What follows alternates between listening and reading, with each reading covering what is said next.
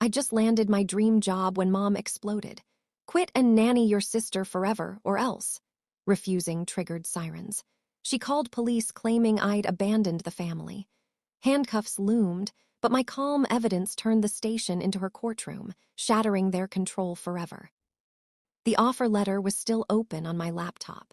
The words senior content strategist glowing in that particular shade of corporate blue that I had decided, in that moment, was the most beautiful color I had ever seen, when my phone rang and everything went sideways. I knew from the ringtone, a plain default trill I'd never bothered to change because changing it would have required a kind of settled confidence in my own preferences that I was only just beginning to locate, that it was my mother. I knew from the hour, 3:40 on a Thursday, that something had already been decided without me. That was how things tended to go in the Smith house.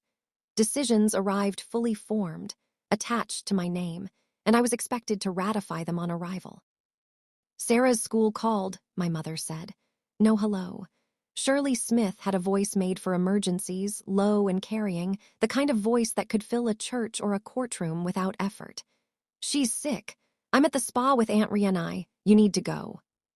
I was in my apartment in Columbus, 45 minutes from the house where I grew up in Gahanna. It was a Thursday afternoon, and I had a job offer on my screen. Mom, I said, I'm working. You work from home, Caroline. You're not doing anything. This was the sentence that had been used against me for 2 years, ever since I'd taken the remote copywriting contract that paid my rent and let me build a portfolio, and according to my mother, meant I spent my days watching television in pajamas. Working from home meant not really working. Not really working meant always available.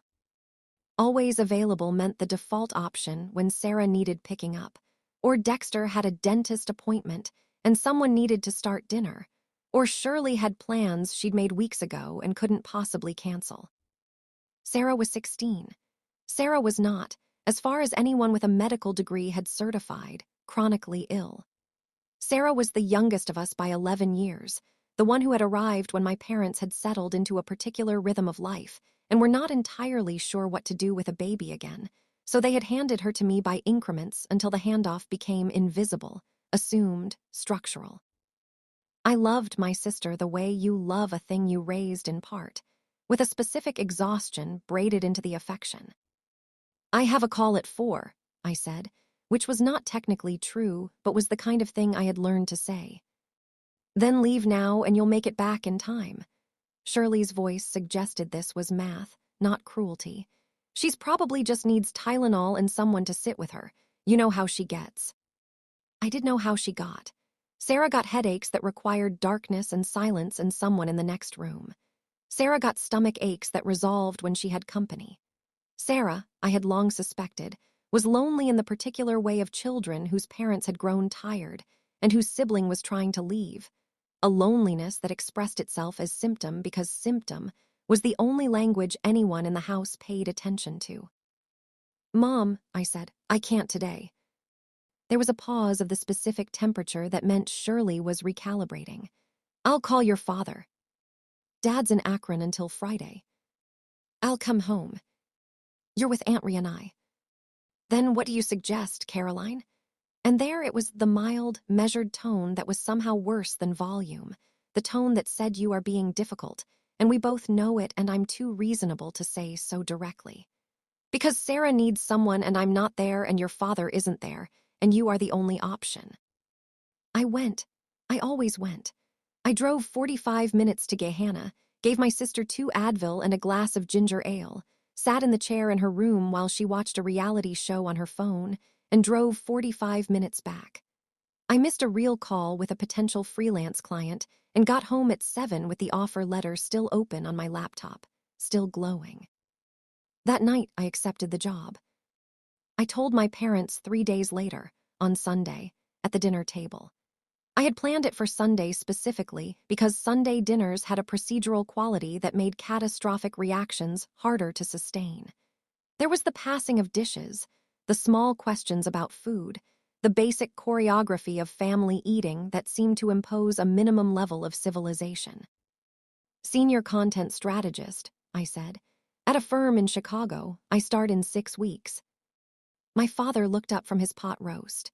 Dexter Smith was a quiet man who experienced the world primarily as logistics, problems to be rooted around with minimum friction. He was not unkind. He had simply, over a long marriage, allowed Shirley to be the weather of the household while he navigated around it. He said, "Chicago," in the tone of a man consulting a map. My mother said nothing for 4 seconds. I counted. "You can't move to Chicago," she said. "I've accepted the offer." "Then you'll have to unaccept it." She said this with the same flat certainty she used to say we were out of milk or that the furnace needed servicing. A practical matter, a correction of a logistical error. "Sarah has 2 more years of school. We talked about this." We had not talked about this. What we had done, 2 years ago, when Sarah started high school, was have a conversation in which my mother mentioned that it would be helpful if I stayed nearby for a while. And I had said sure, thinking nearby meant the Columbus apartment I'd already signed a lease for, not that I was entering a binding contract of indefinite duration. "I'm not her parent," I said. "No one said you were her parent. We're saying you're her sister and this family." "Shirley," my father's voice mild. "This family functions because everyone contributes, and you moving 600 miles away right now is not contributing. It's abandoning." That word, I felt it land the way she intended it to land, with weight and accusation. Abandoning. As though Sarah were 3 years old and I were leaving her in a parking lot. "She's 16, I said. "She'll be 18 when I would hypothetically still be in Columbus. She doesn't need a babysitter. She needs her family." "I am her family, from Chicago." The dinner ended without resolution in the way that dinners in the Smith house always ended. Not with conclusion, but with suspension. The argument placed on a shelf to be retrieved at the next available opportunity. My father cleared the plates. My mother refilled her wine glass. Sarah, who had been present for all of it with the careful stillness of someone who understood she was the subject of a negotiation, asked if she could be excused, and was. The call came 5 days later. I was at my apartment, researching Chicago apartments, when my mother's name appeared on my phone. "I've thought about this," she said, no preamble. "If you take this job, you need to understand that Sarah will not have the support she needs. She's in a vulnerable period. Adolescence is." "Mom, I'm asking you to defer. 1 year, maybe 2. You can find something in Columbus." "I found something in Chicago." "Something better will come up." "This is the best offer I've ever received. I'm 31 years old, and this is the offer I've been building toward for a decade, and I am taking it." Shirley's voice went very quiet. "Then you are choosing yourself over your family." "Yes," I said, because I was tired of pretending that wasn't true, that I shouldn't be allowed for it to be true. "I am choosing myself. I'm allowed to do that." She hung up. I went back to the apartment listings. Wicker Park, Andersonville, Logan Square. I pinned 3 of them and tried to feel triumphant and mostly felt the dull, familiar ache of loving people who required your diminishment as proof. 6 days before my move, on a Tuesday morning, there was a knock at my apartment door. 2 officers, a man and a woman, both young, both wearing the particular expression of people who have been dispatched on a call they have already assessed as complicated. The woman had a notepad. "Caroline Smith." My stomach dropped in a clean, specific way. "Yes." "We received a call regarding a welfare concern," the male officer said. "Are you familiar with a Sarah Smith?" I stood in the doorframe and felt the shape of what had happened assemble itself with a horrible clarity. "She's my sister." The caller reported that you've refused to provide care for a dependent minor, and that this refusal constitutes abandonment and neglect. Can we come in? I stepped back from the door. My apartment was a moderate mess of half-packed boxes and labeled bins, the physical evidence of a life being organized for transport. I watched the officers look at it and recalibrate. "My sister is 16 years old," I said. "She lives with my parents in Gahanna. She is not a dependent minor in my care. I am her adult sibling." The caller indicated. "Who called?" The female officer glanced at her notepad. "Shirley Smith. She indicated that you've been the primary caretaker for Sarah Smith for approximately 2 years and that you've abruptly discontinued care. I sat down on the arm of my couch.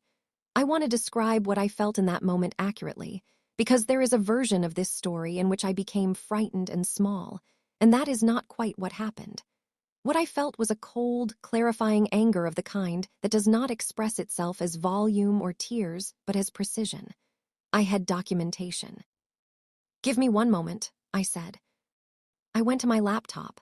I had kept them, not strategically, not in anticipation of this, but because I was the kind of person who kept things, who filed emails in labeled folders and screenshotted text exchanges out of some low-grade awareness that in the Smith family, what had been said and what was remembered often diverged. I had kept 2 years of it. I came back to the officers with my laptop open and my phone in my hand. "This is a text from my mother dated 8 months ago," I said, holding the phone out. The female officer leaned in to read it. The text read, "Sarah has track tomorrow, can you pick her up? I have book club." There was no question mark. There was never a question mark. "And this is one from 6 weeks ago." I scrolled. "Can you go sit with Sarah? She has a headache." "And this. Take Sarah to the orthodontist Thursday. I have my hair." I opened my email. This is a thread from 14 months ago in which I explicitly stated that I could not take Sarah to her physical therapy appointment because I had a client deadline, and my mother responded here, "You never prioritize family." I had 17 more. I did not show them all. I showed enough. The male officer had stopped writing.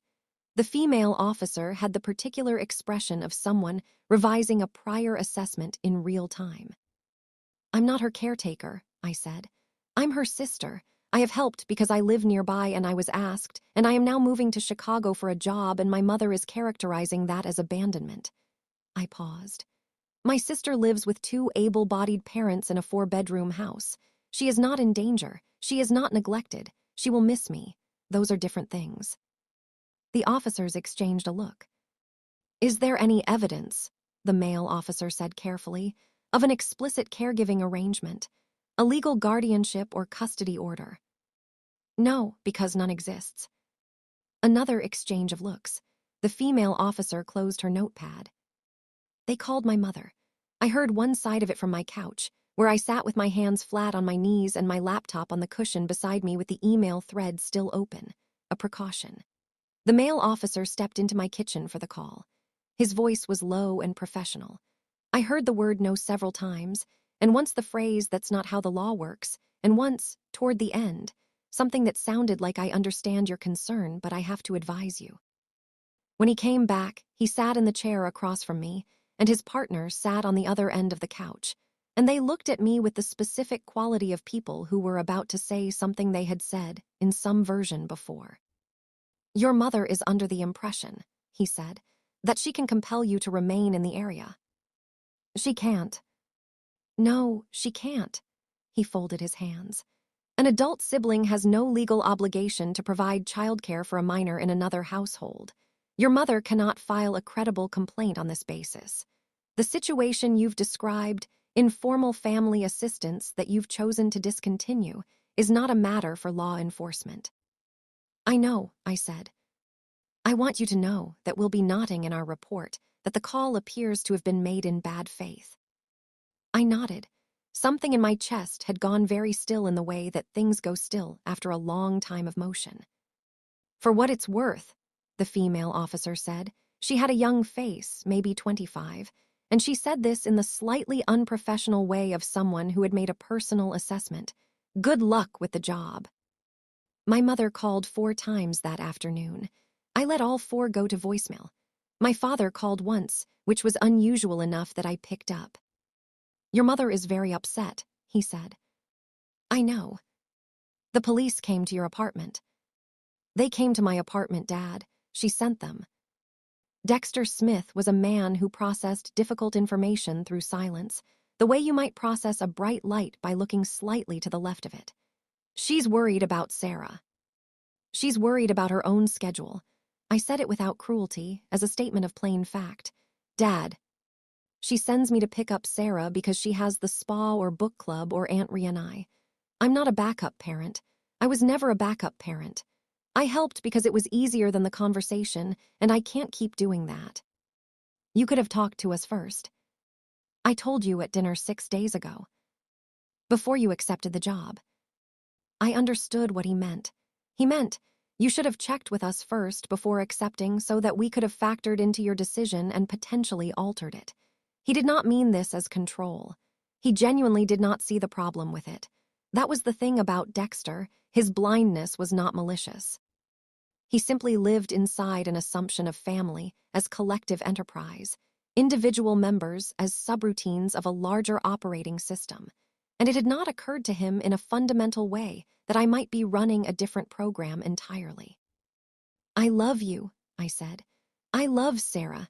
I'll call her every week and I'll come home for holidays and I'll figure out how to be her sister from 600 miles away.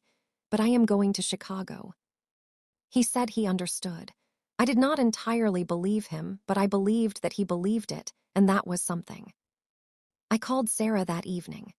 She picked up after 2 rings, which meant she'd been waiting for me to call, which meant she'd been told about the police, which meant the afternoon had involved a family conversation that I had not been part of and could only partially reconstruct.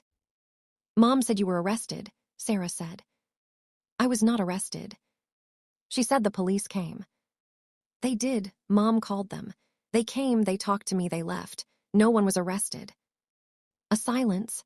Sarah had her mother's ability to say things through silence, but where Shirley's silences were weapons, Sarah's were questions. She was 16 and she was not stupid and she understood, I thought, more of what had happened than anyone would have preferred. Are you still moving? She asked. Yes. When? 6 days. Another silence. Mom says you're abandoning the family. What do you think? I heard her shift on the other end of the line, the specific sound of a teenager rearranging herself on a bed. I think you got a job. I think you're allowed to have a job. That's right. I think, she stopped, started over. I think I'm going to miss you. I know, I'm going to miss you too. That's not the same as abandoning, though. No, I said, it's really not. She was quiet for another moment. Then, will you call me when you get there? Like when you actually arrive and you're in the apartment. First call I make. Okay. She sounded younger for a second, and then older, and then just herself, which was a person I had watched become incrementally more real over 16 years and was only now fully able to see. Okay. Good luck, Caro. I drove to Chicago on a Saturday in early March with 2 carloads of things I'd arranged to have friends carry in a relay, and the rest in a rented van I'd return before Monday. The city came up on the expressway like it always does, that sudden burst of skyline that doesn't give you time to adjust, just presents itself at full size and expects you to accommodate. My mother did not call the day I left. She did not call the day after. My father texted a single message, safe drive, which I took as the best he could manage and appreciated accordingly. I moved into a 1-bedroom in Wicker Park with west-facing windows and a radiator that made sounds I would learn to sleep through. I called Sarah from the floor of the empty living room, surrounded by boxes, the city making its neutral urban noise outside. She picked up on the first ring. You there, she said. I'm here. Is it good? I looked around the room, at the boxes, at the windows, at the square of late afternoon light on the hardwood floor, at the fact of the space being mine, and only mine and pointing toward a morning I had chosen. Yeah, I said. It's good. There was nothing triumphant in her voice when she said, okay, good, tell me about the apartment.